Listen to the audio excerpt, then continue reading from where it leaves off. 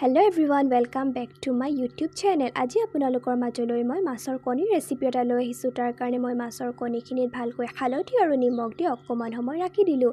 এখন কেৰাহী পাতিলোঁ আৰু 3-4টা মান মই বেঙেনা ফ্ৰাই কৰি ল'লোঁ।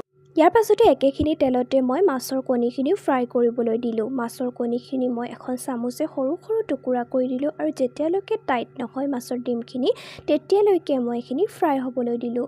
ইয়াৰ পিছতে আন এখন কেৰাহী পাতিলোঁ আৰু পিঁয়াজ নহৰুখিনি মই ভালদৰে ইয়াৰ কেঁচা গোন্ধটো নোযোৱালৈকে মজিবলৈ দিলোঁ। ইয়াৰ পাছতে যিখিনি মছলা আছিলে মছলাখিনি দিলোঁ, লগতে 3-4টা মান কেঁচা জলকীয়াও দি দিলোঁ। অকণমান পানী দি এইখিনি ভালদৰে সিজিবলৈ দিলোঁ। ইয়াৰ পাছতে মাছৰ কণীখিনি আৰু ফ্ৰাই কৰা বেঙেনা কেইডোখৰ দিলোঁ।